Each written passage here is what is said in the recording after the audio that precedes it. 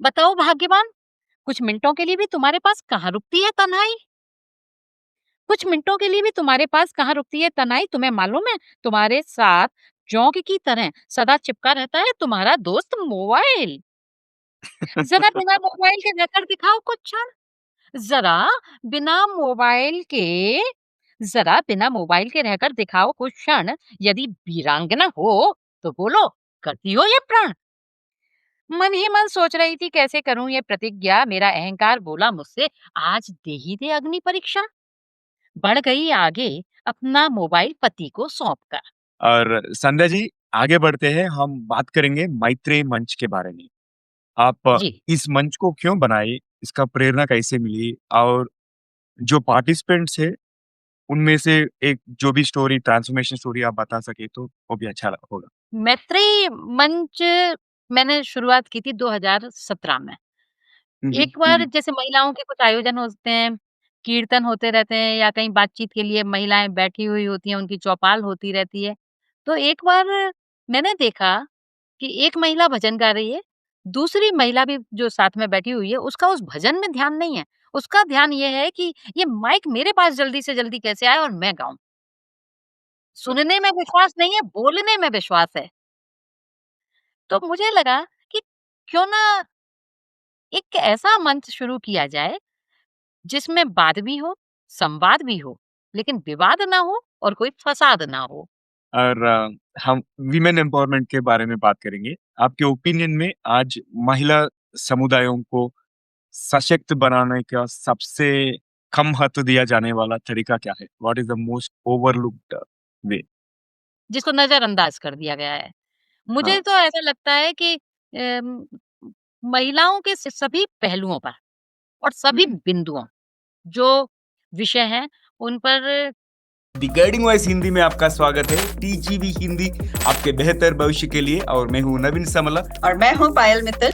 दी Guiding Voice platform का founder and chief host यानी व्यवस्थापक और मुख्य मेजबान। और मैं हूँ टीजीवी हिंदी में आपकी को host. The guiding voice Hindi के माध्यम से हम इस दुनिया को कुछ बेहतर बनाना चाहते हैं। हम महत्वपूर्ण बातें करते हैं जिससे कि आपके जीवन और करियर को कुछ बेहतर बना सके।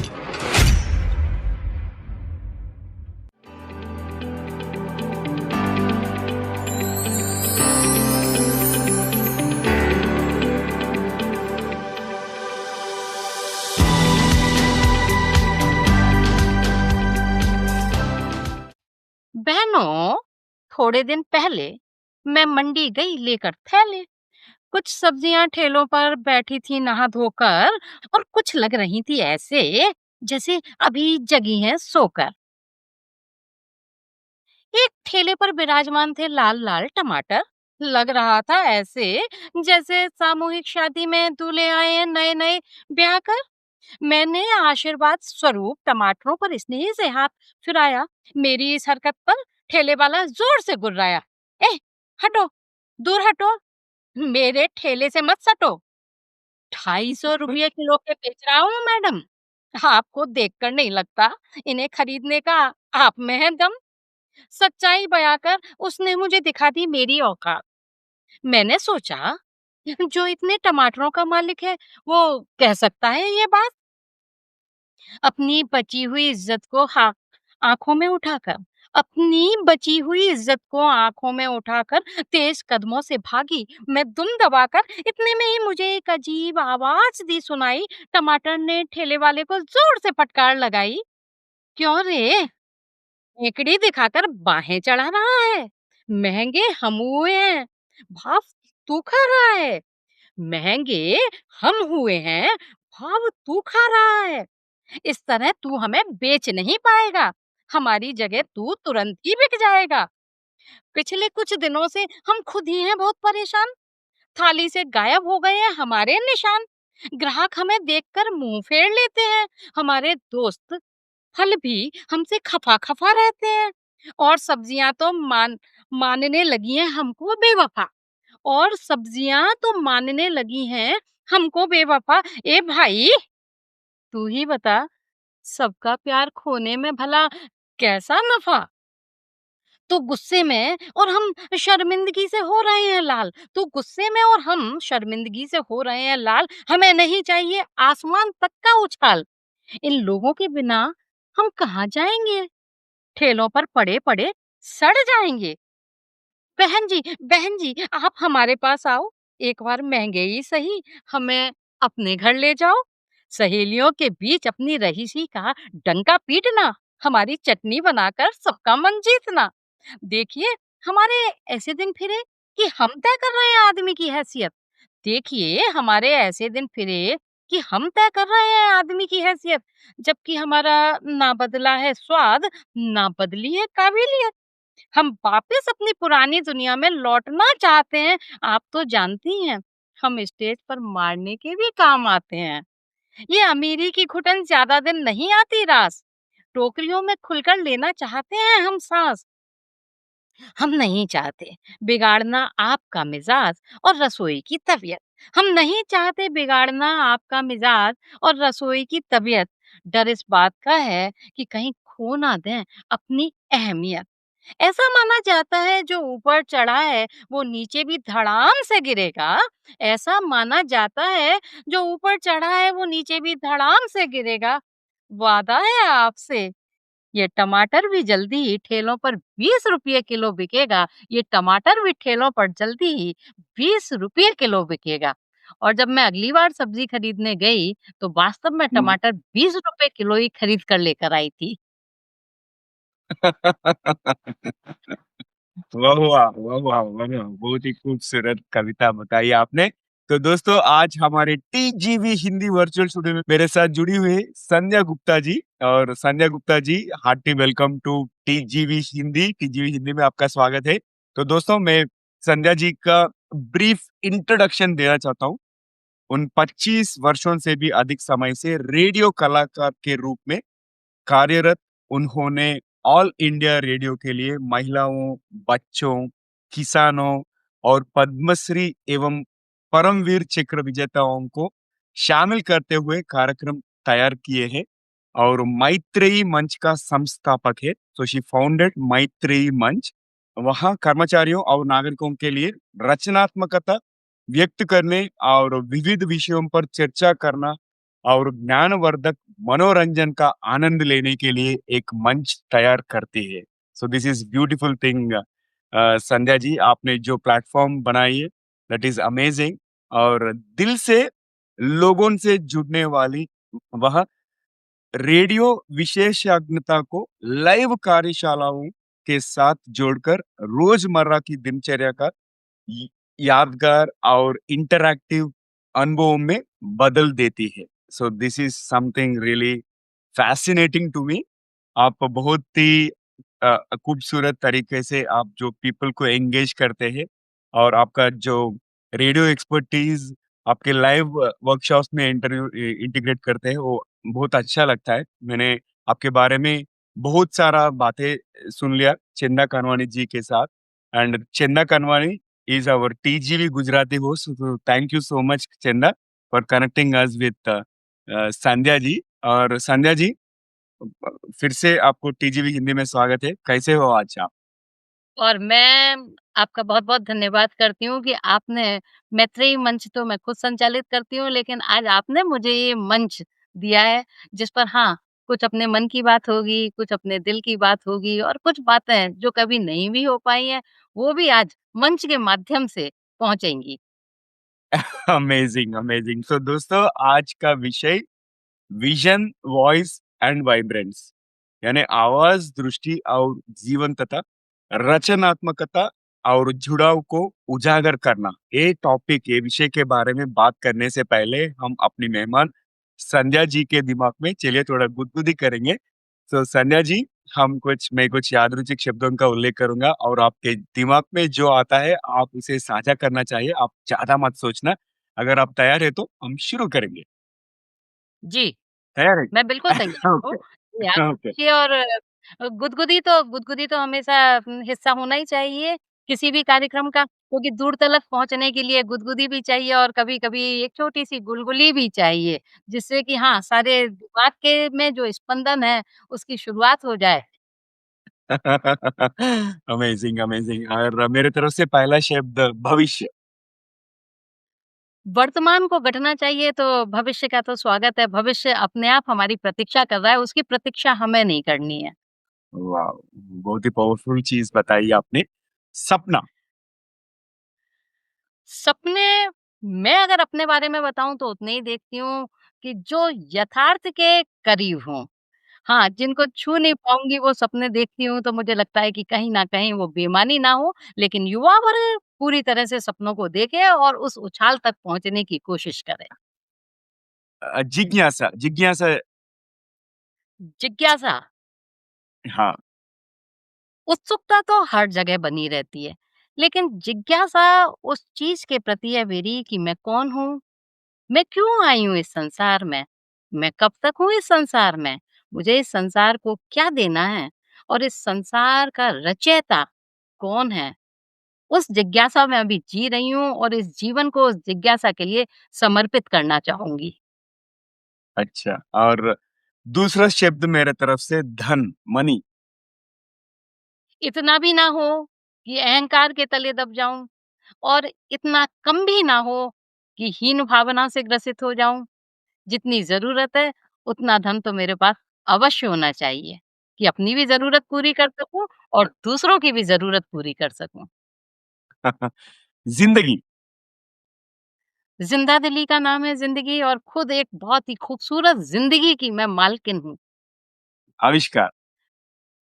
महिलाएँ जो होती हैं, हर दिन, हर पल एक नया आविष्कार करती हैं और जब तक रहती हैं, तो वो उन आविष्कारों से ही अपनी ज़िंदगी में ऊर्जा भरती रहती हैं, नवीनता भरती रहती हैं। रसोई में देखिए जाकर, कितने हुँ। आविष्कार होते हैं हर रोज़।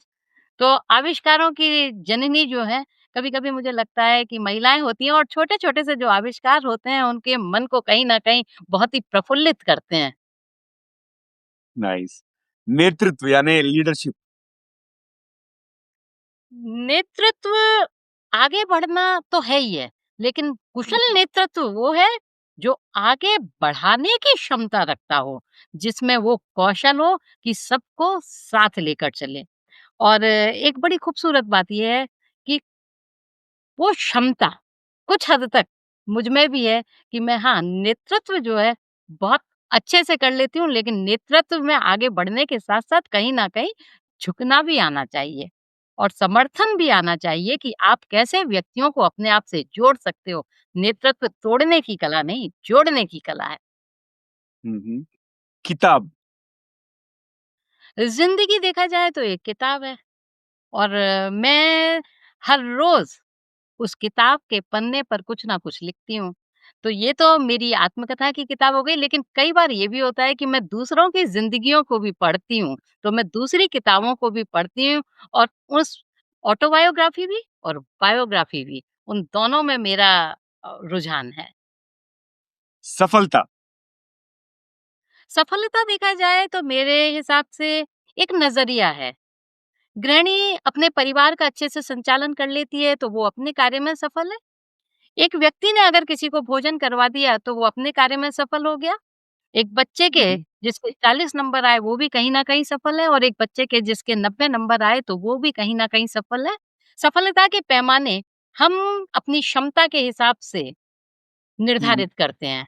तो सफलता देखा जाए तो एक नज़रिया है, बाकी सफलता के पैमाने हम ऊँचे भी गठित कर सकते हैं और नीचे भी। अगर किसी व्यक्ति के पास थोड़ी-सी कम नज़र है और उसका आँखों का ऑपरेशन हो जाता है और जब उसे नज़र ज़्यादा मिल जाती है, तो उसे लगता है कि हाँ, मैंने अपने जीवन में सफल हो गया कि मुझे दुनिया देखने का एक पुनः मौका मिल गया।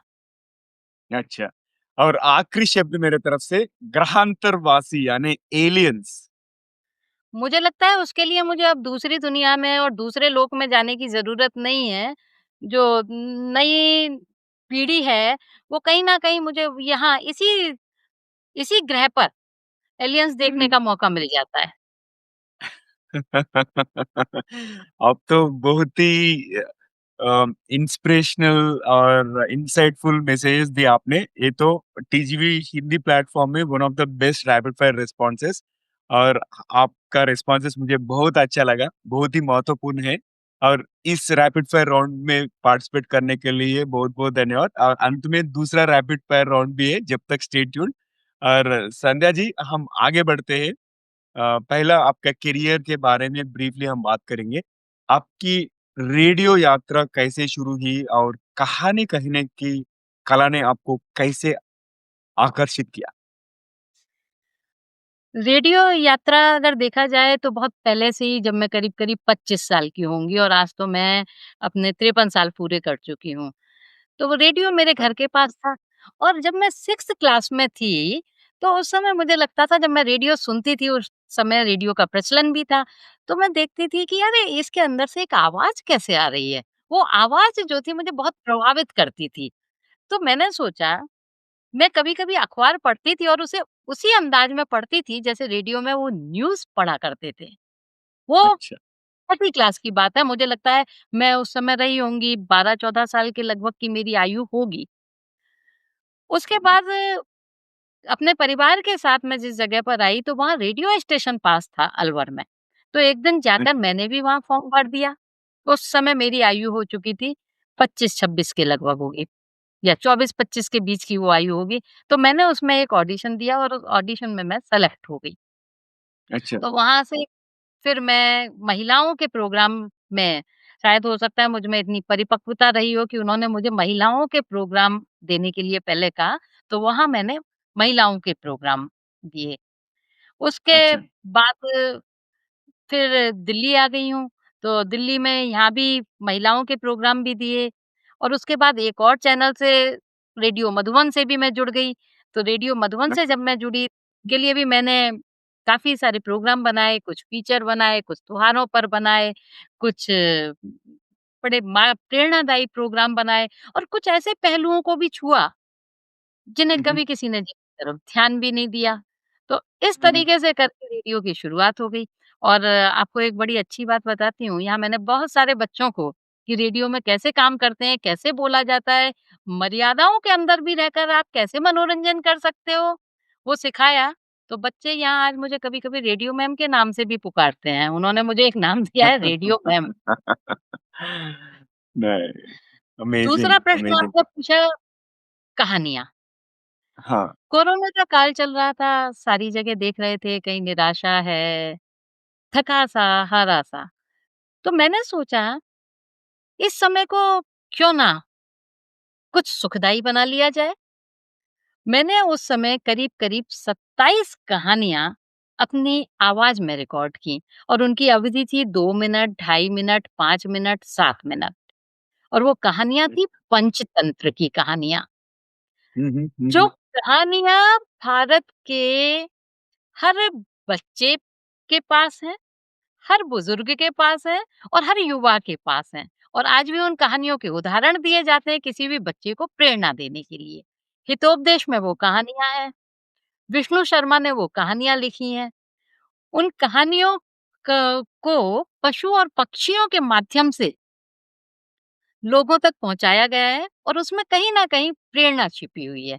तो मैंने सोचा कि उन कहानियों को क्यों ना अपनी आवाज़ दी जाए। उसमें मैंने पशुओं की आवाज़ दी, पक्षियों की आवाज़ दी और जब कोई पशु हिंसक प्रवृत्ति का था, तो मैंने अपनी आवाज़ को थोड़ा भारी किया। जो हुँ, हुँ, पशु हुँ, हुँ, कोमल प्रवृत्ति के थे, उनको मैं अपनी आवाज़ को नरम किया। तो वहाँ वो जो 27 और 30 कहानियाँ करीब-करीब मैंने रिकॉर्ड की हैं, जैसे बंदर और मगरमच्छ की कहानी को कौन नहीं जानता? कछुए और अच्छा, खरगोश की कहानी को कौन नहीं जानता? उसके अलावा भी बहुत सारी कहानियाँ थी, तो उनका मैंने प्रोडक्शन भी किया और वो कहानियाँ दी और कुछ कहानियों को मैंने अपनी कला के माध्यम से कविता के अंदाज में भी लिखा, पोएट्रिक वे भी दिया उनको। हुँ, हुँ, तो हुँ, हुँ, ऐसे मैंने तो वो कहानियाँ गढ़ी और उनमें जो आवाज़ दी, उसे करके मुझे लगा दूसरों को तो उसमें जो आनंद आया ही होगा, लेकिन मुझे उन कहानियों को बनाने में बहुत आनंद आया और कहीं न कहीं वो जो एक कालखंड था, वो बहुत अच्छे से बीत गया कि उसमें लगा कि हाँ, कुछ मैंने रचनात्मकता की है। हुँ, हुँ, हुँ, हुँ, अमेज़िंग। और संध्या जी, आपका गाइडिंग वॉइस कौन है? मार्गदर्शक स्वर कौन है? तो हर स्वर जो है वो मेरा मार्गदर्शक स्वर ही रहा। जैसे कि मैंने पिछले अभी आपको बताया कि जहाँ मैंने कितने सारे पशुओं और पक्षियों के स्वर दिए हैं, तो हुँ, हुँ। उन स्वरों से भी जब मैंने कुछ सीखा, तो हर अच्छा। स्वर जो था, जो भी स्वर रेडियो के माध्यम से मुझे जुड़े या किसी हुँ, हुँ, हुँ, अन्य माध्यम से मेरे साथ जुड़े, वो हर स्वर से मैंने कुछ ना कुछ सीखने की इच्छा रखी और बहुत कुछ सीखा भी। बहुत सारे हुँ, हुँ। इंटरव्यूज़ किए तो उनसे भी बहुत कुछ सीखने को मिला। लेकिन अगर महाभारत सीरियल आपने देखा होगा तो उसमें मुझे हरीश भिमानी का जो स्वर है, वो मुझे बहुत पसंद आता है। अच्छा। हुँ, हुँ, हाँ, हुँ, हुँ। वो आवाज़ मुझे बहुत अच्छी लगती है। तो उस अच्छा। आवाज़ मार्गदर्शक भी रहा होगा वो स्वर कहीं न कहीं मेरी इस यात्रा में और उस आवाज़ की मैं प्रशंसक भी हूँ। अच्छा। और आपके सक्सेस मंत्रा के बारे में बताइए कि आपके इस सफ़र में ऐसी सबसे ऊपर सी ऐसी कौन-सी 3 चीज़ें जिसके वजह से आप आज इधर तक पहुँच सके? जी, देखिए जन्म लेना, कि मेरा हुँ, जन्म हुँ। हुआ, हुँ, हुँ। समय चक्र हुँ, और तीसरा तजुर्बा। इन 3 चीज़ों के माध्यम से मैं आज यहाँ हूँ। हुँ। अगर जन्म ना लेती, तो मैं यहाँ ना होती। समय का ये चक्र अगर चलता ना होता, तो मैं यहाँ ना होती। और अगर मुझे जीवन का ये तजुर्बा ना होता, तो मैं यहाँ ना होती। इसलिए ये हाँ, हाँ। तीनें जो ने ही मेरे जीवन में महत्वपूर्ण भूमिका निभाई है और उसकी वजह हुँ, से मैं यहाँ हूँ। लेकिन साथ-साथ में कुछ चीज़ें ऐसी भी रही हैं, जैसे लोगों का हुँ। जीवन में आवागमन रहा, हुँ, हुँ, शिक्षा हुँ। रही, सीखने की प्रवृत्ति रही, साथ-साथ वो भी हुँ, हुँ। बहुत सारी चीज़ें हैं, जो भी हुँ, हुँ। कार्य करती रही और जिन्होंने मेरे व्यक्तित्व का निर्माण किया। मैं अच्छा। जिन चीज़ों की वजह से हूँ, वो तो 3 चीज़ें हैं ही हैं, लेकिन मेरे व्यक्तित्व का निर्माण करने में एक छोटे से छोटे व्यक्ति ने भी बहुत बड़ा योगदान दिया है। चाहे वो मेरी हाउस हेल्प हो, जिन्होंने मेरे घर के काम में मेरी मदद करी हो, चाहे मेरे परिवार के सदस्य हों और चाहे हुँ, हुँ। छोटा-सा सफाई का कर्मचारी हो या चाहे जो गार्ड होते हैं हमारी सोसाइटी के जिन्होंने मुझे सुरक्षा प्रदान की हो और चाहे जिन्होंने हमारे इक्विपमेंट्स को ठीक करके दिया हो।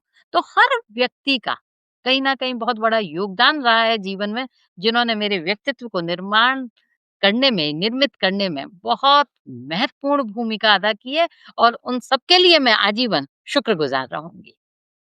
हुँ, हुँ। अमेज़िंग। और आप जब लाइफ़ के बारे में बताइए और समय चिकर के बारे में बताइए, हम सब उसको इग्नोर करते हैं। हम टेक इट फॉर ग्रांटेड लेते हैं और आपने एक नग्न सत्य आप बताई आपने हमारे ऑडियंस के साथ थैंक यू और आगे बढ़ते हैं। संध्या जी इन 25 वर्षों में ऐसा कौन-सा प्रोग्राम रहा, जिसने आपको व्यक्तिगत रूप से छू लिया? Something which personally touched you? वैसे तो जब एक माँ होती है, तो उसको सारी चीज़ें जो उसके बच्चे होते हैं, वो बड़े व्यक्तिगत रूप से छू ही लेते हैं, उनमें कोई बराबरी नहीं होती है। तो जो प्रोग्राम दिया, वो पूरा दिल के साथ हुँ, दिया और जो प्रोग्राम बनाए, वो भी पूरे दिल के साथ बनाए। तो हर प्रोग्राम अपने आप में अनोखा था और सुंदर हाँ, था। मैंने अपनी पूरी कोशिश उसमें की, पूरा प्रयास उसमें लगाया। हाँ, लेकिन हाँ, कुछ फीचर जो बनाए, जो मैंने बनाए जैसे एक फीचर मैंने बनाया था माटी एक भाव अनेक। हाँ, हाँ, माटी विषय देखा जाए तो कुछ बहुत बड़ा भी नहीं है और देखा जाए तो कोई छोटा भी नहीं है। हुँ, लेकिन मैंने उस विषय पर जब बनाया तो उसमें उस कुम्हार को भी जोड़ा जो उस अच्छा, माटी से बर्तन निर्मित करता है, उस किसान को भी हुँ, हुँ, जोड़ा जो उस माटी में बुवाई करता है, उस गृहिणी को भी हुँ, जोड़ा, वो उस माटी के चूल्हे पर पकवान बनाती हुँ, है। उस व्यक्ति को भी नेवी से जुड़े उस इंजीनियर को भी जोड़ा, जो अपनी माटी को बार-बार याद करता है लेकिन वो पानी पर तैर रहा है। और उस अच्छा, व्यक्ति को भी जोड़ा, जो विदेश में जाके बस तो गया है, लेकिन कहीं न कहीं अपनी माटी की जो सुगंध है, वो उसको याद आती है। हुँ, हुँ, माटी के कितने रूप और कितने रंग, उस सबको लेकर मैंने एक फीचर बनाया तो वो मुझे बहुत अच्छा लगता है। और उसमें मैंने आवाज़ दी और भिन्न-भिन्न व्यक्ति मेरे साथ जुड़े। लेकिन अगर मैं बात कहूँ कि मुझे कौन-सा प्रोग्राम पसंद रहा, तो एक प्रोग्राम अचानक ही मेरी ज़िंदगी में आया किसान की बात, जो रेडियो एफएम पर भी आता था, आकाशवाणी के और आज भी प्रसारित होता है। जब कृषि मंत्रालय ने, मिनिस्ट्री ऑफ एग्रीकल्चर ने ये प्रोग्राम शुरुआत की थी, तो उसी समय से के कुछ 2 महीने बाद से ही मैं उस प्रोग्राम से जुड़ गई थी। मुझे ऐसा मौका मिला। तो उसमें मैंने बहुत सारे किसानों से बातचीत की। लेकिन आपको आश्चर्य ये होगा कि मैं कृषि से बिल्कुल भी जुड़ी हुई नहीं थी और मेरे पास 1 इंच भी ज़मीन नहीं है, माटी नहीं है जहाँ मैं खेती कर सकती हूँ। लेकिन जब मैं किसानों से जुड़ी, तो मैंने करीब-करीब हज़ारों किसानों के इंटरव्यूज़ किए हैं और अच्छा। देश हुँ, के हर भाग के किसानों से इंटरव्यू किया है और हर खेती से जुड़े हुए इंटरव्यू किए हैं, उनसे बातचीत की है। तो हुँ, वो मुझे अपने दिल के काफ़ी करीब लगता है और कुछ ऐसा भी हुआ कि वो किसान जो हैं, केवल मेरे लिए एक ऐसे नहीं बने रहे कि वो किसान है और मैं उनका इंटरव्यू कर रही हूँ, बल्कि मेरा उनसे एक हुँ, नाता बन गया और वो नाता जो हुँ, है, वो भाई और बहन का जैसा नाता बना। तो मुझे लगता है कि मिट्टी में इतनी तो शक्ति होती है कि वो हुँ, हुँ। केवल जड़ों को ही नहीं जोड़ती है, बल्कि वो रिश्तों को भी जोड़ देती है। तो वो प्रोग्राम जो रहा और अभी तक चल भी रहा है, अभी भी मैं किसानों से बात करती हूँ और कवरेज करती हूँ, तो अच्छा, मेरे दिल के बहुत करीब रहा। अच्छा, अच्छा।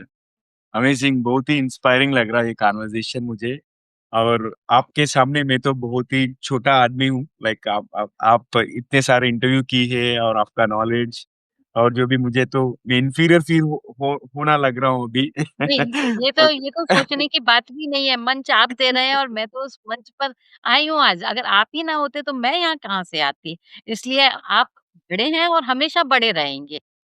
हमारी नज़रों में भी बने रहेंगे और अभी आपको ज़िंदगी के बहुत सारे साल लेने हैं अभी। ज़िंदगी ने आपके लिए बहुत बड़ा निश्चित कर रखा है।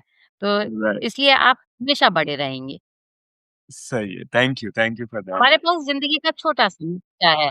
आपके पास ज़िंदगी का बड़ा समय बचा हुआ है, इसलिए बड़े आप ही हैं और आप ही रहेंगे। और आगे बढ़ते हैं। आप बहुत सारा प्रोग्राम्स किए बच्चों के लिए, डॉक्टर्स के लिए और किसानों के लिए और विभिन्न दर्शकों को उनको आकर्ष करने के लिए आप टॉपिक्स कैसे डिसाइड करते हैं आप? जैसे बच्चे होते हैं, तो बच्चों के हुँ, अकॉर्डिंग जो टॉपिक्स होते हुँ, हैं, बच्चों की हुँ, भावनाओं के करीब जो टॉपिक रहते हैं, उनको। जैसे एक प्रोग्राम बनाया था पर्यटन दिवस पर, तो बच्चों को घुमाया जाए, चलो दिल्ली की सैर हुँ, करवाई जाए। तो हुँ, उसमें एक ऐसी परिकल्पना करी थी कि एक अच्छा, बच्ची जो है, वो ट्रेन लेकर चल रही है।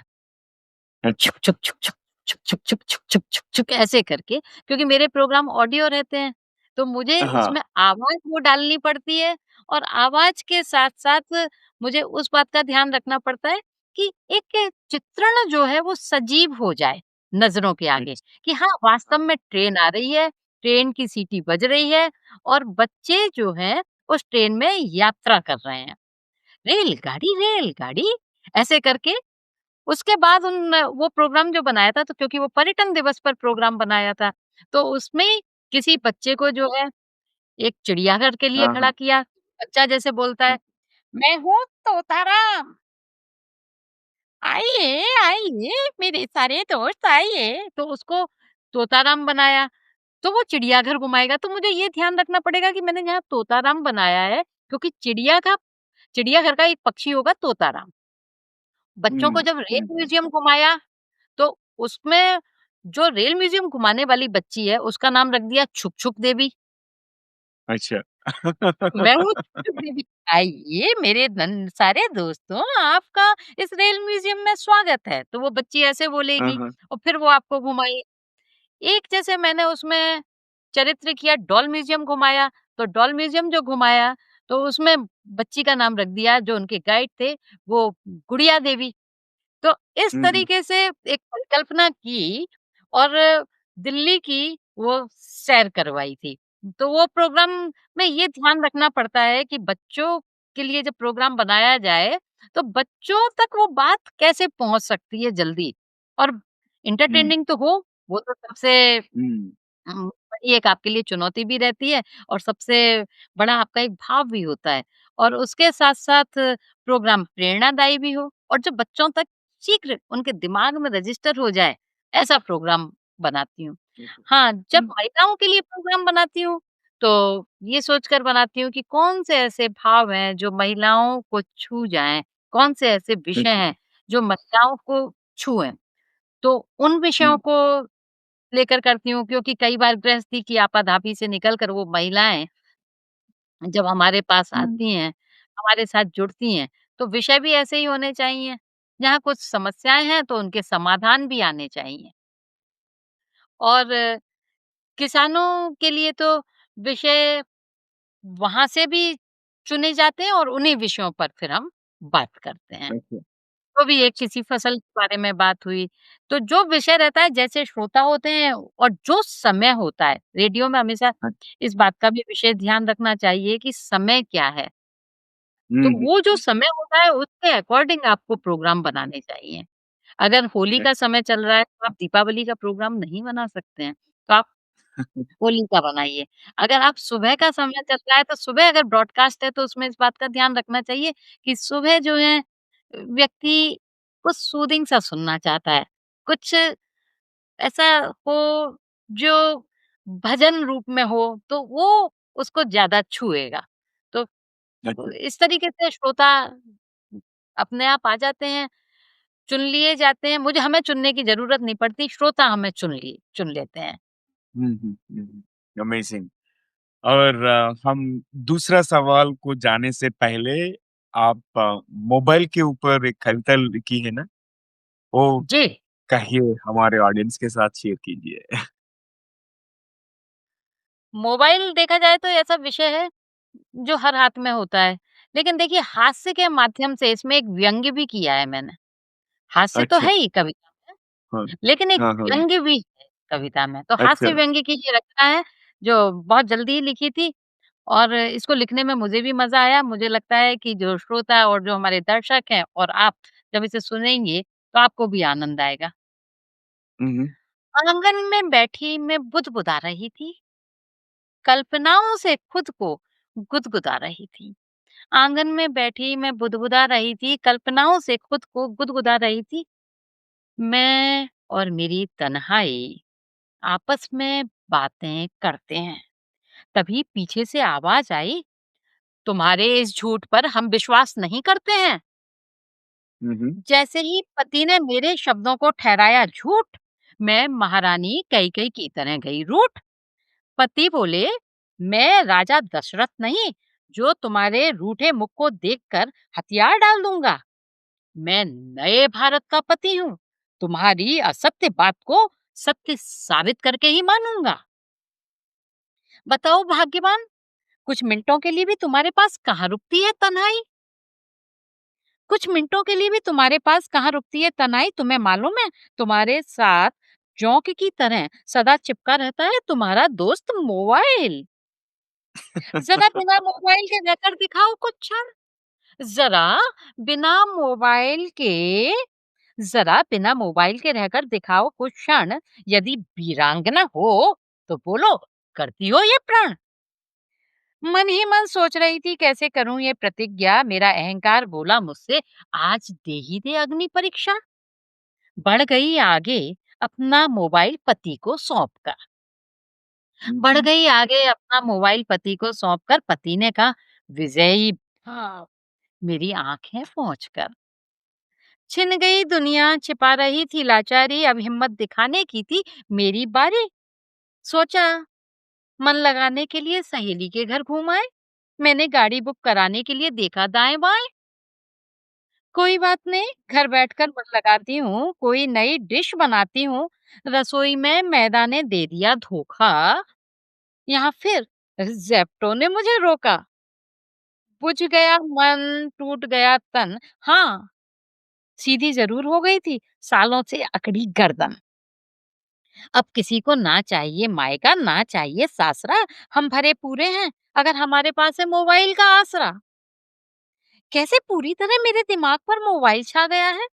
कैसे पूरी तरह मेरे दिमाग पर मोबाइल छा गया है? याददाश्त, हिसाब किताब अड़ोस-पड़ोस सब कुछ खा गया है। बहकी-बहकी सी मैं इधर-उधर देखती चौंक कर। बहकी-बहकी सी मैं इधर-उधर देखती चौंक कर, जैसे मेरा मोबाइल ताना मार रहा है मुझे रोक कर। मेरे बिना पैसा और समय बचा रही हो। मेरे बिना पैसा और समय बचा रही हो, आज तो आराम फरमा रही हो। मालूम नहीं तुम्हें कैसे नहीं होती थकान? पूरे दिन अपनी उँगलियों से दबा-दबा कर निकाल देती हो मेरी जान। मालूम नहीं तुम्हें कैसे नहीं होती थकान? पूरे दिन अपनी उँगलियों से दबा-दबा कर निकाल देती हो मेरी जान। मोबाइल के बिना मैं हो रही थी बेचैन, खामोश थी उँगलियाँ, भीग रहे थे नैन। सोचा कि क्या मेरा एक हाथ मोबाइल के लिए बना है? सोचा क्या मेरा एक हाथ मोबाइल के लिए बना है? उँगलियां टेढ़ी, सिर दर्द से तना है। ये मुआ मोबाइल सुविधा है या अड़चन? लत, बीमारी या दिल की धड़कन? क्या होगा अगर ये नेटवर्क सेवा देने वाले कभी हो गए बंद? क्या होगा अगर ये नेटवर्क सेवा देने वाले कभी हो गए बंद? मुझे उलझनों में जूझता देख पति मुस्कुरा रहे थे मंद मंद। मुझसे बोले, हे गृहलक्ष्मी, मेरे टूर पर जाने पर तो तुम कितना मटकती हो, मोबाइल के दूर जाने पर तो तुम दुखी आत्मा से भटकती हो। अगले जन्म भगवान मुझे पत्नी का मोबाइल बनाना प्यारा। अगले जन्म भगवान मुझे पत्नी का मोबाइल बनाना प्यारा। पत्नी की मुट्ठी में ही बिताना चाहूंगा मैं तो जीवन सारा। मैं तुनक कर बोली, मुझे नहीं, पूरी दुनिया को रखा है मोबाइल ने जकड़। फिर तुम मुझ पर क्यों दिखा रही हो अकड़? पति बोले, हे प्राण प्रिय, पीड़ा में भी तुम बात तो सही कह रही हो। फिलहाल हुँ, तुम्हारे पास मोबाइल नहीं है, इस चिढ़ में रह रही हो। सुनो रानी, मोबाइल के बिना हम कुछ भी नहीं, लेकिन मोबाइल ही तो जिंदगी में सब कुछ नहीं। चलो कुछ देर के लिए मोबाइल को रखो दरकिनार। चलो कुछ देर के लिए मोबाइल को रखो दरकिनार। करते हैं भूली बिसरी बातें चार। थोड़ी देर चांदनी रात में साथ घूमेंगे, पुरानी गीतों की धुनों पर मद मस्त झूमेंगे। मैं उछलकर बोली, निकालो मेरा मोबाइल, अभी मस्त रील बनाती हूँ, अपने इस मोबाइल से सुंदर सेल्फी खिंचवाती हूँ। हे कल्याणी, मैं हार गया। अंततः मोबाइल गया जीत, चाहे कुछ भी हो जाए, मोबाइल रहेगा शान से रिश्तों के बीचों बीच। मैं समझ गया, मोबाइल के बिना तुम हो बिल्कुल उदास और अधूरी। मैं समझ गया, मोबाइल के बिना तुम हो बिल्कुल उदास अधूरी। जब तक थक नहीं जाओगी, तब तक इस यंत्र से नहीं बना पाओगी दूरी। जब तक थक नहीं जाओगी, तब तक इस मंत्र से, इस यंत्र से नहीं बना पाओगी दूरी, इस यंत्र से नहीं बना पाओगी दूरी। Excellent, excellent. बहुत ही क्रिएटिव है और मैं एक बात बोलना चाहता हूँ, मोबाइल जो भी है हमारे हाथ में ये तो अनजुड़ा हुआ लिम्ब है हमारा, एक बॉडी पार्ट अनजुड़ा हुआ बॉडी पार्ट बन गया है, ऐसा और बहुत लोग इसका मिसयूज़ कर रहे हैं, वही मेरा एक बड़ी वरी है। और संध्या जी, आगे बढ़ते हैं, हम बात करेंगे मैत्रेयी मंच के बारे में। आप जी। इस मंच को क्यों बनाए? इसका प्रेरणा कैसे मिली? और जो पार्टिसिपेंट्स हैं, उनमें से एक जो भी स्टोरी ट्रांसफॉर्मेशन स्टोरी आप बता सकें तो वो भी अच्छा होगा। मैत्रेयी मंच मैंने शुरुआत की थी 2017 में। हुँ, हुँ, एक हुँ, बार जैसे महिलाओं के कुछ आयोजन होते हैं, कीर्तन होते रहते हैं या कहीं बातचीत के लिए महिलाएँ बैठी हुई होती हैं, उनकी चौपाल होती रहती है। तो एक बार मैंने देखा कि एक महिला भजन गा रही है, दूसरी महिला भी जो साथ में बैठी हुई है, उसका उस भजन में ध्यान नहीं है। उसका ध्यान ये है कि ये माइक मेरे पास जल्दी से जल्दी कैसे आए और मैं गाऊँ। सुनने में विश्वास नहीं है, बोलने में विश्वास है। तो मुझे लगा कि क्यों ना एक ऐसा मंच शुरू किया जाए, जिसमें वाद भी हो, संवाद भी हो, लेकिन विवाद ना हो और कोई फसाद ना हो। हर किसी को एक बार अपने आप को अभिव्यक्त करने का मौका मिले। तो मैंने एक ऐसा मंच बनाया जिसमें महिलाओं से जुड़े हुए विषय, जुड़े हुए मुद्दे और जो सारगर्भित बातें थी, वो महिलाएं करें और उस मंच पर महिलाएँ आती हैं, बैठती हैं, लेकिन उस मंच की एक विशेषता है। वो मंच ऐसा नहीं है कि बाकी महिलाएँ नीचे हैं और एक महिला ऊपर होकर बैठ रही है। हम सब महिलाएँ एक साथ बैठती हैं। मैं उसमें एक सूत्रधार की भूमिका अदा करती हूँ, लेकिन जब कोई महिला बोलेगी, तो उस समय सारी महिलाएँ उसको सुनेंगी। उसमें ये नहीं है कि उस समय जब एक महिला बोल रही है, तो उस समय दूसरी महिला भी बोलने लगेगी। और हुँ, हुँ। इस हुँ, मंच हुँ, हुँ। की एक और विशेषता है, ये मंच जब से इसकी शुरुआत हुई है, 2 बजकर 50 मिनट का मैं इसमें समय देती हूँ और घड़ी की सुई जैसे ही 5 बजे पर होती है, मंच संपन्न हो जाता है और उसकी अच्छा। ओपनिंग और क्लोजिंग मैं करती हूँ मतलब 2 घंटे के अंदर सारी महिलाओं को जितना ओपनिंग सुंदर होती है, उतनी क्लोजिंग भी सुंदर होती है। सारी महिलाओं को बोलने का मौका मिलता है, मर्यादाओं में रहकर बोलने का मौका मिलता है, मंच पर विवाद होने की कोई भी आशंका नहीं होती है क्योंकि अनुशासन मंच की पहली शर्त है। हुँ, हुँ, तो हुँ, इसमें हुँ। महिलाएँ बहुत अच्छे से जुड़ी हैं और कभी-कभी इसमें कुछ नाटिकाएँ भी हुई हैं, जैसे एक बार हमने नाटक भी इसमें किया था, वो रामायण के पात्र बनाए थे। अच्छा। कभी-कभी इसमें छोटे-छोटे से शब्दों से जुड़े हुए खेल भी होते हैं और वर्ष में एक आयोजन ऐसा भी करती हूँ, विश्व कविता दिवस के अवसर पर कि जब सब अपनी कुछ अगर उन्होंने लिखा है या किसी की भी कविता पढ़ना चाहें, तो कविताएँ भी पढ़ते हैं या कभी-कभी इसमें कलाकारों को भी आमंत्रित करती हूँ, तो उसमें पुरुष भी आते हैं और इस मंच की शोभा बढ़ाते हैं। तो इसमें युवा महिलाएँ भी जुड़ी हुई हैं, बुजुर्ग महिलाएँ भी जुड़ी हुई हैं और कभी-कभी छोटी-छोटी बच्चियाँ भी आई हैं, जिन्होंने मंच पर कुछ प्रस्तुति दी है। अच्छा, अच्छी बात। अमेज़िंग और मैं आपको गुड लक बोलना चाहता हूँ। आप बहुत सारे महिलाओं को इंस्पायर कीजिए ऐसे ही और आगे बढ़ते हैं, हम क्रिएटिविटी के बारे में बात करेंगे। रचनात्मकता का असर प्रोडक्टिविटी और मेंटल वेल-बीइंग यानी उत्पादकता और मानसिक स्वास्थ्य पर क्या असर पड़ता है? मुझे लगता है अगर किसी व्यक्ति में रचनात्मकता नहीं होगी, तो हुँ, हुँ। उसके व्यक्तित्व का विकास तो होगा, लेकिन सर्वांगीण विकास नहीं होगा, जो पूरी तौर हुँ, से हुँ, होना हुँ। चाहिए।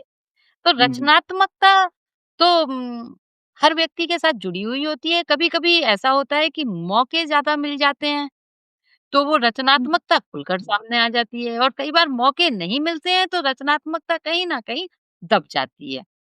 लेकिन हुँ, रचनात्मकता होनी ही चाहिए, जिससे कि व्यक्ति अपने व्यक्तित्व का विकास तो करता ही है और कहीं न कहीं जाकर वो समाज को प्रेरित भी करता है।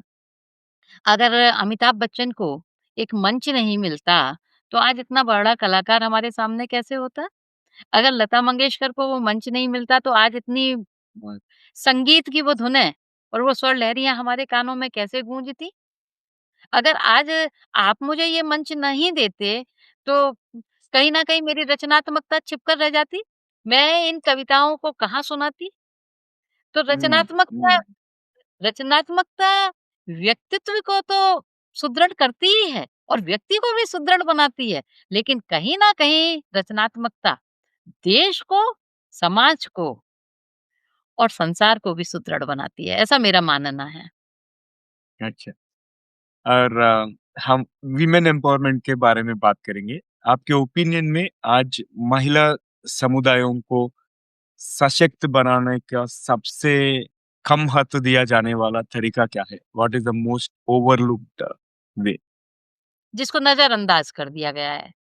मुझे हाँ। तो ऐसा लगता है कि महिलाओं के सभी पहलुओं पर और हुँ, सभी हुँ। बिंदुओं जो विषय हैं उन पर काफी अच्छे से बड़े स्तर पर राष्ट्रीय नहीं अंतर्राष्ट्रीय स्तर पर भी चर्चा हो चुकी है। चाहे उनके स्वास्थ्य को लेकर हो, शारीरिक स्वास्थ्य को लेकर हो और चाहे उनके मानसिक स्वास्थ्य को लेकर हो। कोई भी पहलू ऐसा नहीं है जो छुआ ना गया हो। अब बारी महिलाओं की है कि वो अपने को कैसे सशक्त बनाएँ और मेट्रोज़ में देखा जाए तो स्थिति थोड़ी-सी अलग है, ग्रामीण क्षेत्र में स्थिति थोड़ी-सी अलग है। मेट्रोज़ में महिलाएँ आत्मनिर्भर भी हो गई हैं, जागृत भी हो गई हैं और अपने आत्मसम्मान को साथ लेकर चल रही हैं। ग्रामीण क्षेत्रों में शायद अभी स्थिति उतनी प्रबल नहीं हो पाई है, जितने की ज़रूरत है। लेकिन फिर भी जब मैं अभी देखती हूँ जब आत्मनिर्भर भारत की बात होती है या आजीविका मिशन में लखपति दीदियों की बात होती है, मैं उनसे बात करके आई हूँ और मैं उनसे जुड़ी हुई हूँ, तब मैंने देखा कि जो महिलाएँ वहाँ से निकल कर आ रही हैं, उन्होंने अपने छोटे-छोटे से समूह बनाए हैं। हुँ, हुँ, तो हुँ, हुँ। उन्हों उसमें वो जैसा कि आपने पहले पूछा था रचनात्मकता, तो उन्होंने अपनी रचनाओं को वहाँ आकार दिया है और उस जैसे हुँ, कि एक अचार बनाना सीखा, मोतियों के हुँ, गहने हुँ, बनाने सीखे, कपड़े बनाने सीखे, कहीं काष्ठकला सीखी, कहीं पर शिल्प सीखा। उन्होंने प्रकृति की हर वस्तु पर अपनी रचनाओं से कला को गढ़ दिया और उस कला को फिर बाज़ार कुछ सरकार ने दिया, कुछ ग्राहकों ने दिया और वो कहीं न कहीं जाकर आत्मनिर्भर तो हुई हुई, साथ में उनके अंदर एक आत्मसम्मान भी जागृत हुआ और एक ये भाव आया कि हम भी पुरुषों के साथ कंधे से कंधा मिलाकर चल रहे हैं। उन्होंने पुरुषों को ना अपना प्रतिद्वंदी नहीं माना, उन्होंने पुरुषों को अपना पूरक माना है। तो ये हुँ, एक हुँ, जो चेतना आई है महिलाओं के अंदर, ये बहुत सुंदर चेतना है कि महिलाएँ पुरुषों से अब भयभीत नहीं हैं। महिलाएँ पुरुषों के साथ अब एक समर्थक बनकर और एक सहयोगी बनकर और उनका सहयोग लेकर आगे बढ़ रही हैं। उनको सहयोग दे भी रही हैं और उनका सहयोग ले भी रही हैं। इसलिए महिलाएँ अब अपने ऊपर अगर बहुत अच्छा काम करती हैं और सशक्त बनने की हर राह उनके लिए अब हर अवसर जो है उनकी राह जो है निहार रहा है। Right, right, amazing. और जब हम सोशल चेंज के बारे में बात करना है, वो तो बहुत मुश्किल सी चीज़ है, जब ये बातें सब आम लोगों के साथ पहुँचाने के लिए और ये प्रोग्राम को एंटरटेनिंग कैसे बना सकते हैं आप? किसी विशेष प्रोग्राम को सोशल चेंज रिलेटेड प्रोग्राम्स मतलब समाज में बदलाव लाने के जो भी सेंसिटिव टॉपिक्स रहते हैं ना, संवेदनशील विषयों पर। जी। हुँ, देखिए समाज में बदलाव तो अगर देखा जाए, बहुत कुछ हो चुका है और हर दिन समाज में एक बदलाव आ रहा है। हुँ, अब जैसे मैं ब्रॉडकास्ट से जुड़ी हुई थी, रेडियो से जुड़ी हुई थी। अब आप पॉडकास्ट आ गया, हुँ, तो अब हम इससे पॉडकास्ट से जुड़े हुए हैं, तो ये भी समाज का एक बदलाव है और उस बदलाव के अनुसार हमने अपने आप को उससे भी जोड़ लिया। हुँ, बहुत सारे संवेदनशील विषय होते हैं और जब तक समाज रहेगा, जब तक संसार रहेगा, वो विषय भी चलते ही रहेंगे। हुँ, लेकिन हुँ, उन विषयों पर कार्यक्रम हम सच में ऐसे बनाए हैं, वो हम सबका दायित्व होता है, जो सार्वजनिक जीवन से जुड़े हुए हैं या जिनकी बातें दूर तक पहुँचती हैं, हुँ, कि हुँ, उन संवेदनशील मुद्दों को और संवेदनशील ना बनाया जाए, बल्कि उन संवेदनशील मुद्दों पर इस तरीके की प्रतिक्रिया दी जाए कि बात कहीं न कहीं आसानी से और एक हँसी-ठिठोली के अंदर मुद्दा ना बने, बल्कि एक ऐसा विषय बने जिस पर चर्चा हो और जिसके दूरगामी सुचारू, सुंदर परिणाम हमको नज़र आएँ। इतने सुंदर परिणाम हमें नज़र आएँ कि जो समाज को बदलाव हो लेकिन एक दिशा दें, दिशाहीन ना हो और भटकाएँ नहीं। हुँ, हुँ, तो ऐसा मेरा विचार है अमेज़िंग। कि समाज बदलाव जो है हुँ, वो हुँ, हुँ, होता रहेगा। हमारे लिए ये हुँ, चुनौती नहीं है, बल्कि हमारे लिए ये एक वो विषय है जिस पर हमें कार्यक्रम बनाने हैं, कार्यक्रम तय हुँ, हुँ, करने हैं, लेकिन उनके साथ पूरी संवेदनशीलता के साथ कि व्यक्ति की वेदनाओं में अग्नि डालने का काम नहीं करना है, बल्कि उनके साथ संवेदनाओं के साथ हमको जुड़ना है। राइट, एम्पैथेटिक रहना चाहिए। अमेजिंग, बहुत बढ़िया कन्वर्सेशन चला अब तक और समय आ चुका है दिल एपिसोड में और थोड़ा मसाला ऐड करके स्पाइस अप करने का। अगर आप तैयार हैं तो हम दूसरा रैपिड फायर राउंड शुरू करेंगे। जी, बिल्कुल तैयार। Okay, okay, alright. तो मेरा पहला पहला बुलेट दूसरा रैपिड फायर राउंड का, यदि आपके पास कहीं भी एक विशाल मतलब एक जाइगैंटिक बिलबोर्ड हो सकता है जिस पर कुछ भी हो, तो वहाँ क्या कहेगा? वहाँ मैं जो मैत्रेयी मंच जो मेरे दिल के करीब है, तो मैं वहाँ मैत्रेयी मंच की ही बात कहना चाहूँगी और मैत्रेयी मंच को ही वहाँ पर लिखा हुआ देखना चाहूँगी कि इस मंच के शुरुआत और इस मंच को मैंने बनाने का एक विचार मेरे मन अंदर आया।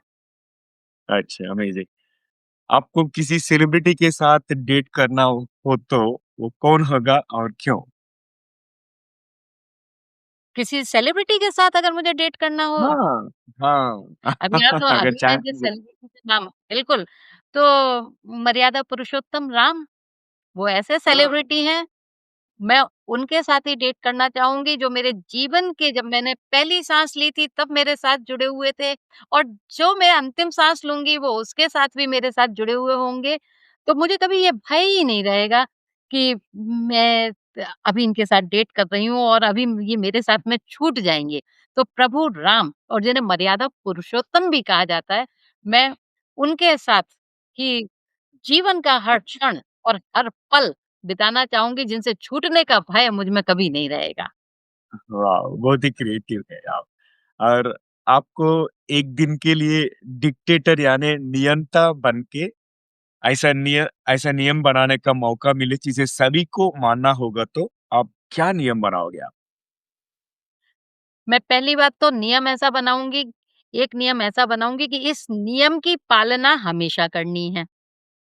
हाँ, हाँ। मेरा नियम ही उस दिन का ये होगा कि इस नियम की पालना हमेशा करनी है और वो नियम होगा कि सूर्योदय से पहले उठने का प्रयास किया जाए। हुँ, हुँ। क्योंकि उसी से आपकी जीवन शैली और स्वास्थ्य ठीक रहेगा, तभी आप समाज को और देश को अपना सर्वोत्तम दे पाएँगे। Right, right. और आपके आपके सोच में सबसे आपके सोच में सबसे चुनौतीपूर्ण दर्शक यानी चैलेंजिंग ऑडियंस कौन है? इनमें से बच्चों या बड़े लोग या कॉर्पोरेट कर्मचारी? चुनौतियाँ तो कुछ है ही नहीं है।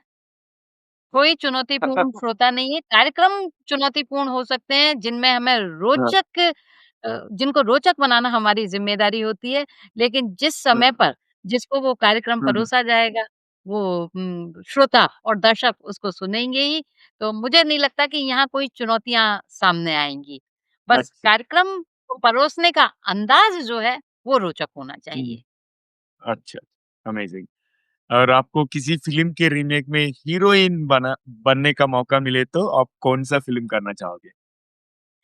मैं उस प्रकार की फ़िल्म करना चाहूँगी जो इसमें महिलाएँ एक सशक्त चरित्र के रूप में सामने आई हैं। जैसे गाइड में वहीदा रहमान ने जो चरित्र निभाया है और हुँ, जिसमें महिलाओं की प्रबल भूमिका है। तो और हुँ, हो सकता है कि मैं खुद ही अपनी कोई फ़िल्म बना लूँ और जिसमें मैं ही महत्वपूर्ण किरदार में आ जाऊँ। अच्छा। और कौन-सी रेडियो पर्सनैलिटी ने आपको सबसे ज़्यादा प्रेरित किया?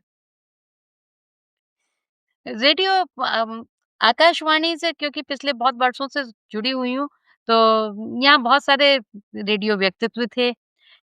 एक ललिता चतुर्वेदी भी रही हैं और ऋतु राजपूत भी रही हैं, सुमन संजय अग्रवाल रही हैं। तो इनके साथ में मैंने बहुत कुछ इनसे सीखा भी है और अच्छा। कई बार रेडियो न्यूज़ रीडर्स भी बहुत अच्छे रहे हैं, जिनकी आवाज़ हुँ, मुझे हुँ। बहुत पसंद आई है। तो अच्छा। रेडियो की हर पर्सनैलिटी मुझे बहुत अच्छी लगी है, जिन्होंने भी रेडियो के लिए काम किया है और हुँ, हुँ। सबसे अच्छी आवाज़ अगर देखा जाए जो सबसे ज़्यादा प्रभावित किया रेडियो से जुड़े हुए उन श्रोताओं ने भी किया है। जिन्होंने हमारी आवाज़ को सुना और फ़ोन इन के ज़रिए हमसे जुड़कर हमारी आवाज़ में अपनी आवाज़ को भी जोड़ा है। तो ध्वनि की हर तरंग मुझे बहुत अच्छी लगी है और हुँ, उसमें जिन्होंने भी अपने सुर और स्वर शब्द दिए हैं, वो सभी हुँ। महत्वपूर्ण हैं।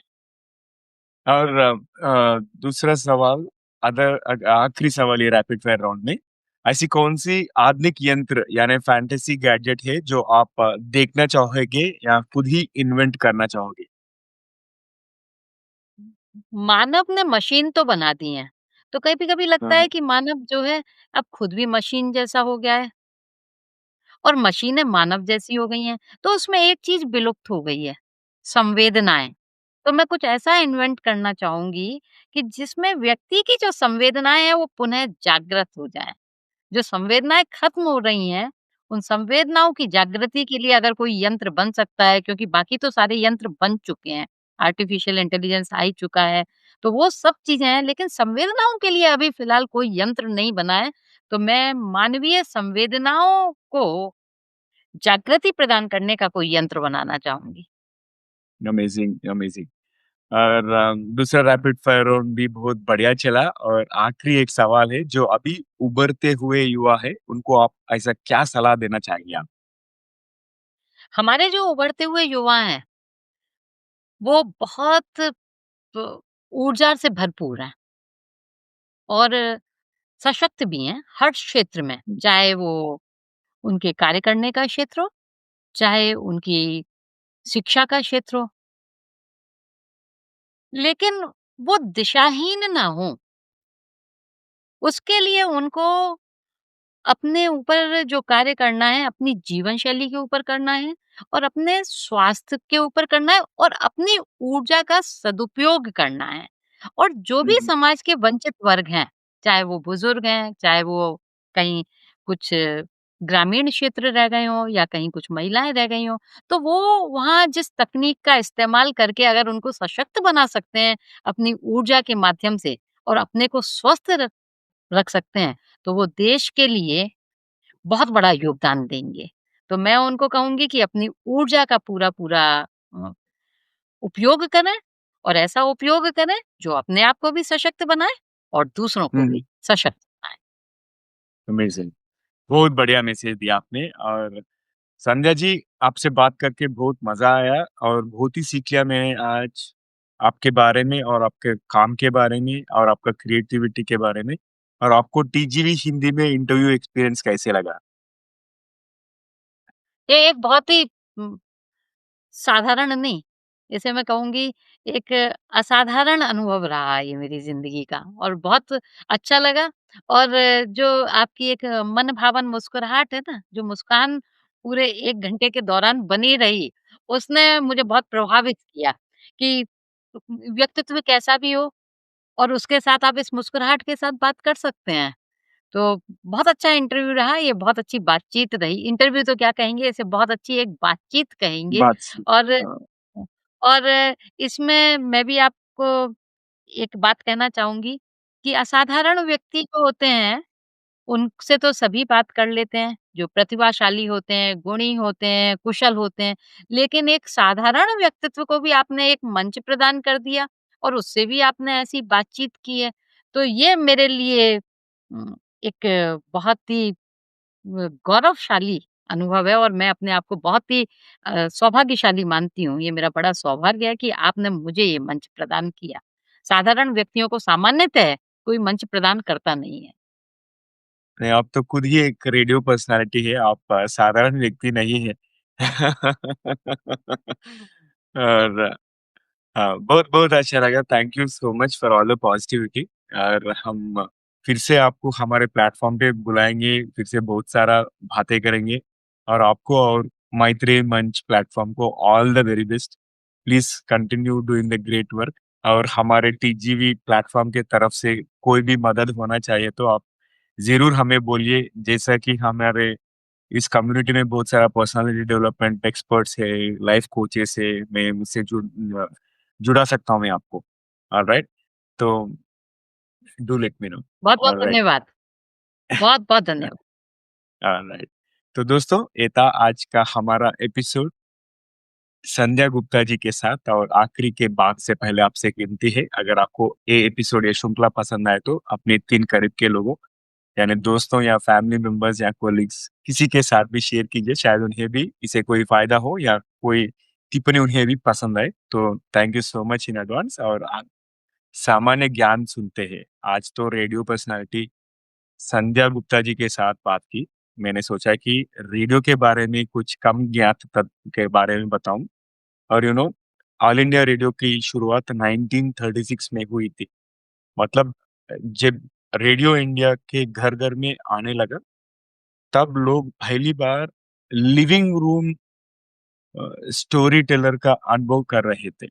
और नेक्स्ट फैक्ट, दूसरा फैक्ट है कि पहली एफएम ब्रॉडकास्ट दिल्ली से नहीं बल्कि मुंबई और कोलकाता से शुरू हुई। सोचिए, दिल्ली वालों को रेडियो का जादू थोड़ी देर बाद ही महसूस किया था।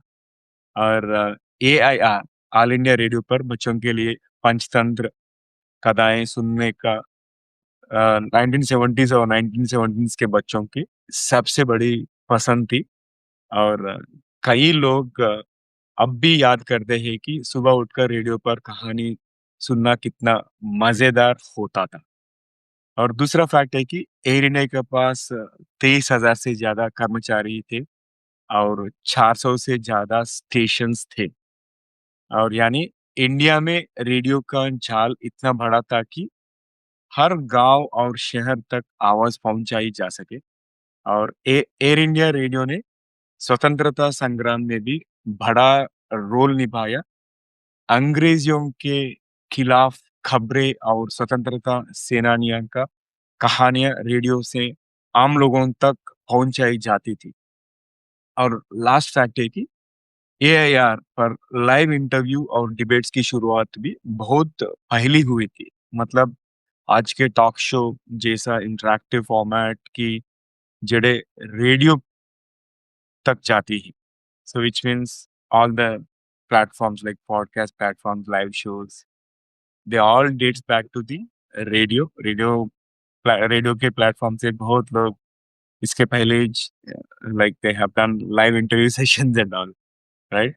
तो दोस्तों, ये था आज का ट्रिविया यानी कि सामान्य ज्ञान ऑल इंडिया रेडियो के बारे में। और आपको भी कोई कम ज्ञात तथ्य इस विषय पर पता है तो आप कमेंट कर सकते हैं। अगर ये एपिसोड आप यूट्यूब में देख रहे हैं तो, नहीं तो ऑडियो प्लेटफॉर्म में मिले तो वहां पे भी आप कमेंट कर सकते हैं, नहीं तो सोशल मीडिया पे आप भी कमेंट कर सकते हैं। तो आज के लिए यही पर साउंड करता है। और दोस्तों, टीजीवी हिंदी में ट्यून करने के लिए बहुत बहुत धन्यवाद। अगर आपको कोई प्रतिक्रिया है या सजेशंस है, या अगर आप किसी को हमारे मेहमान करके बुलाना चाहें तो हमें ज़रूर ईमेल करें। हमारा ईमेल एड्रेस tgvhindi@gmail.com। और मैं हूँ नवीन सामला, आपकी हमसफर। यही उम्मीद है कि हमारी ये कोशिश कई लोगों की ज़िंदगी में कुछ अमूल्य बातें पहुँचाए। तो अगले बार तक एक लिए नमस्ते और धन्यवाद। सुनते रहिए, देखते रहिए टीजीवी हिंदी। टीजीवी हिंदी आपके बेहतर भविष्य के लिए। और फिर से अगले एपिसोड में दूसरे मेहमान के साथ मिलेंगे। जब तक take care, love you all, bye bye.